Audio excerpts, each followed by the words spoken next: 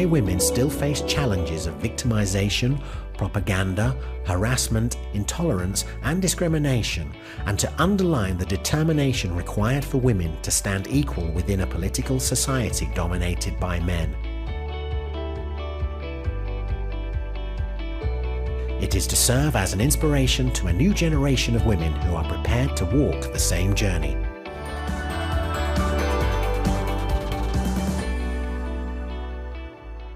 The moment I said I was vying, even within the law society that I had served as a leader, and I was still a leader, I still had some male colleagues asking me questions like, "Since when did you become a politician?"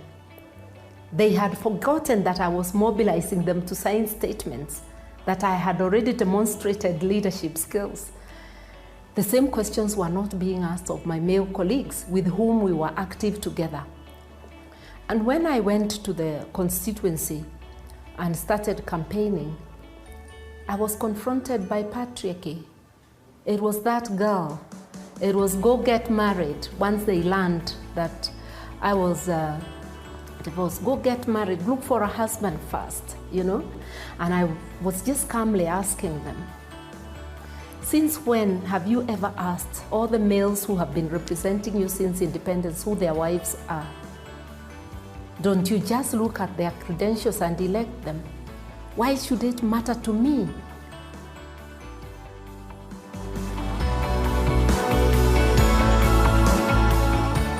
This issue of women in politics has always generated a lot of debate. But I personally believe that a greater participation of women in the political field or life of our country will lead to a stronger democracy. Women are more likely to bring fairness, inclusion, flexibility, collaboration, and empathy into the political world. Women are indeed a strong pillar, not just in family affairs, but also in decision-making.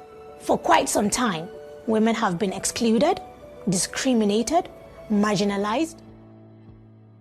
Women coming to the center of decision-making is very vital at this crucial stage of life, where women are seen as role models to all children living across the community they live. Women has a very vital role in peace building and peace development in every nation. Despite the fact that women demonstrate political leadership by working across party lines, there are several factors that hinders the woman to participate in politics, especially in Nigeria. One of these factors include patriarchy, stigmatization, low level of education, and religion and cultural barriers. These are factors that hinders the woman to participate in politics, especially in Nigeria. So at this junction, I think we recommend that political parties should create a support network for maybe, let me say, prospective aspirants by pairing them with established women politicians so that they will serve as their mentors. And also it's very vital, lastly, if we say we introduce the quota system at all levels of political positions, so that at least women will have this certain percentage of being involved in all aspects of political activities. I think just like how women come out in mass and vote for political position of people to vote for political position, I think it's good to also come out and contest and to be voted for any political office.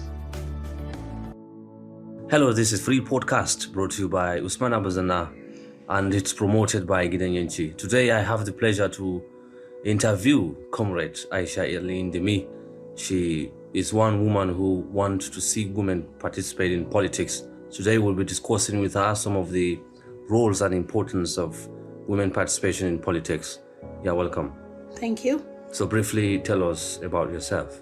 Yeah, I'm Comrade Aisha Indimi by name. I'm a political scientist and an administrator at the same time. I am Comrade because I was elected as the NUTMNC secretary. I'm a classroom teacher also, and at the community level, I'm the chairperson Women in Dialogue. So let's talk about politics and women participation. What is your opinion about it? Yeah, it really touches me. I would like to have a say, and thank you for giving me this mandate. Women participation in politics is very key because women are caretakers of both the child and the elders. Therefore, when we look at the society without women in politics, it can never prosper.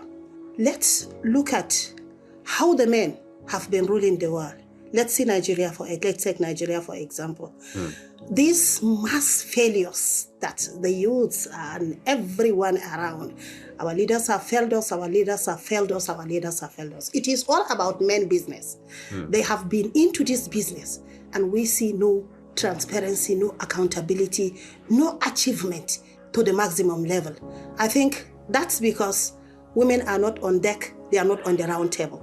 They are neglected in the political system. That is why. And looking at the population, of course, we are the greater majority in the population. So trying to look at the majority being segregated or being marginalized or not participating, how would you think of? Definitely, there will be an issue. So for any political, economic, social, whatever you could think of, women are very key because they are the caregivers and caretakers of the society. So in your whole experience, what do you think are possible reasons why women are less participating in politics? Culturally, the society places the woman as an inferior being, while places the male gender, as a superior being. So I think this problem, it emanated from even the family level because more priority is given to the male child than the woman. And look at, even in the family system, let's go into education deep. Yeah. I am an educationist. You have more a trained teacher, yeah. I have more experience. When you teach a girl child and you train a male child, you will find out that the position that a female child occupies in the class, the majority best 10 are always the female child. So in brain, even the brain, scientists divided the brain into two, as male and a female. So the right part of the brain is named the female brain. So when you look at all these things, yes, we are tough, but yet we are culturally and religiously. Some take it from the perspective of the religion.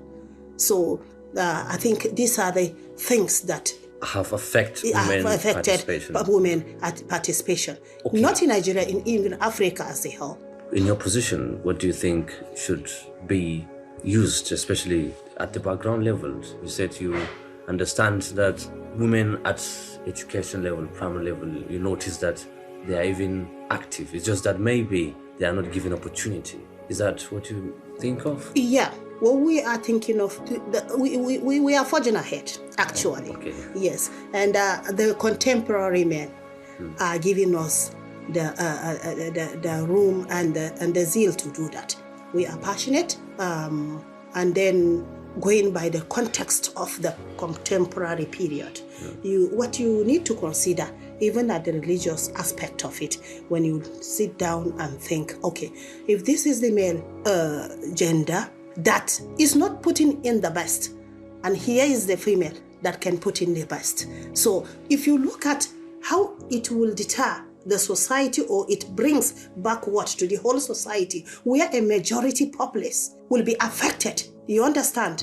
In terms of standard of living, in terms of everything, then why not go to the female gender? So I think with this contemporary awareness, sensitization, and all these things, women are coming up. The society has given us a room of coming up. Not equality, but equity.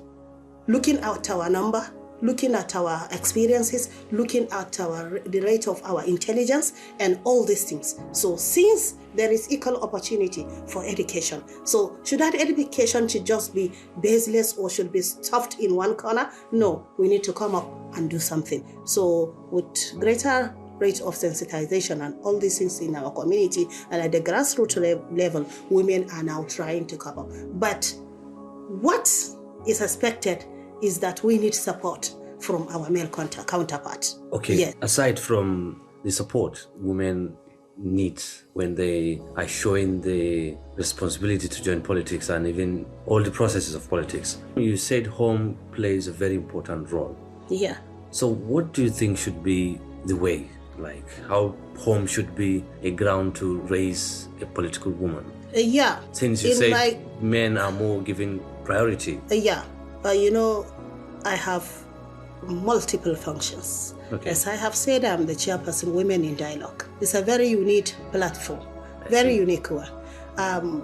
We have started going into the communities on the need for child upbringing, on the need for balancing. Why is there gaps between the child and the parent? Where is that gap coming from? In those days, this is not how the children are being brought up. So we are trying to go into communities, reachable ones, in order to advocate, to bridge these gaps, to create awareness on the side of the parent that children are equal. In creation, we are all equal, even in the sight of the Creator. So they shouldn't place a superiority and inferiority.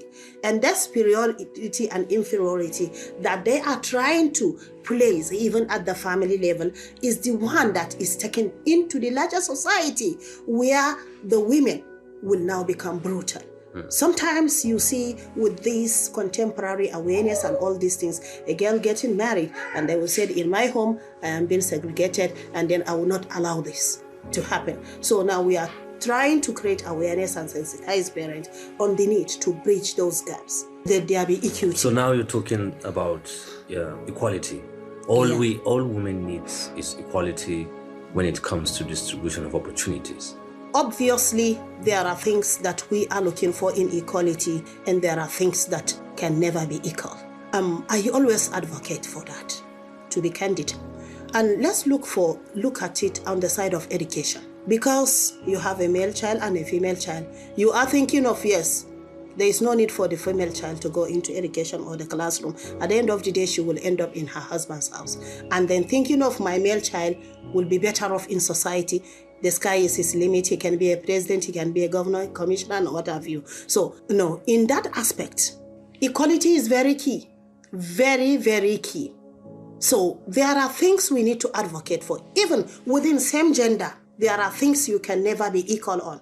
But it must be equitable. Equity, very good. Equity is very key. If I can get access to something within an inch and my other colleague has to need 2 inches to get, then more priority should be given to that person than me. So these are the things we are trying to advocate for our people to know. The strength, the capacity and the strength of each individual differs. So when it comes to equality, in some aspect of life, they are very key. But in some aspect, we are always talking of equity. Okay. So looking at, let's say, in the state executive seat, we only have 2 commissioners as female. Look at, you understand, the gap is damn too much. Look at the federal, the ministers. You understand, the gap. So women will only have access into the society, the political organization, the political setup, only when you have your own majority. Okay. You understand? We are not saying 50-50, but equity. Yes, equity should be played. Okay, let's discuss about competence. Many people will say that competence matters in political positions. So just talk about it. Do you think that's true? Yeah, competency matters. And I am sure that women are competent. The women who will drag her feet and will love to come into politics, definitely that woman is a competent woman. There is no educational background that you would go that you will not find women who go into doctor, pharmacy, the political science I'm talking of, education, whatever. In the classroom, you'll see the male and you'll see the female. So I don't know where that competency is lacking. Women are up to the task. All right. So lastly, let's talk about way forward. Recently, I'm very sure people are preparing for the 2023 election. Yeah. So what's your take on women? Yeah.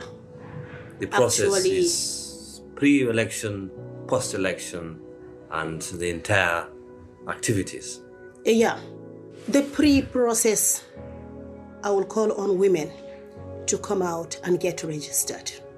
Those are the processes in the electioneering processes of the pre. Let them come and in mass and register, because that is the only thing that will give them access to come and vote for the person of their choice. And then during, they should not relent on their efforts. Women are bitter about they have developed a lot of political apathy. Of course, yes. We see our women struggling, following the men. But when it comes to position, they are not in there. They will now develop political apathy. That is why, because of promises, yes, that makes them go back. But I think from scratch we can dig a hole. This time around, women wants to come out.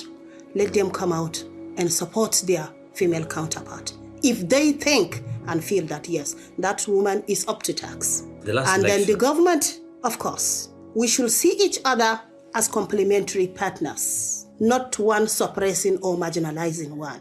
Our fathers, our religious leaders, our traditional leaders should also support us, see us as daughters. They can give us commands and we can still follow. Women are not saying that, yes, we are above them. No, we want to be equal in everything. But let them understand that, yes, mothers are caregivers.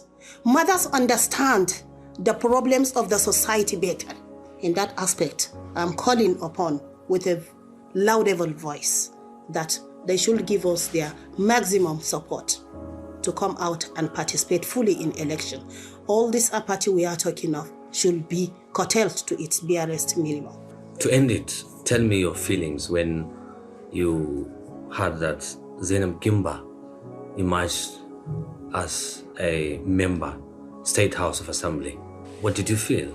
I felt very good and thought that how I wish many more were in that position. And let's look at her, for example. Look at the rate she's doing good for her constituency. Let us just look at, she just emerged yesterday. But look at the development Dr. Zainab is giving. So if you talk of competency, if you talk of development, if you talk of all the goodies, she has brought it out. She has shown the world that, yes, she's up to the task and she has done it. So actually, I was very happy, and we are in support of women to come out, just like she did, so that we will give them better support. Thank you so much, Comrade Aisha Indimi. This has come to the end of this. I would like to have more discussion in the next episode. Thank you so much. Thank you very much.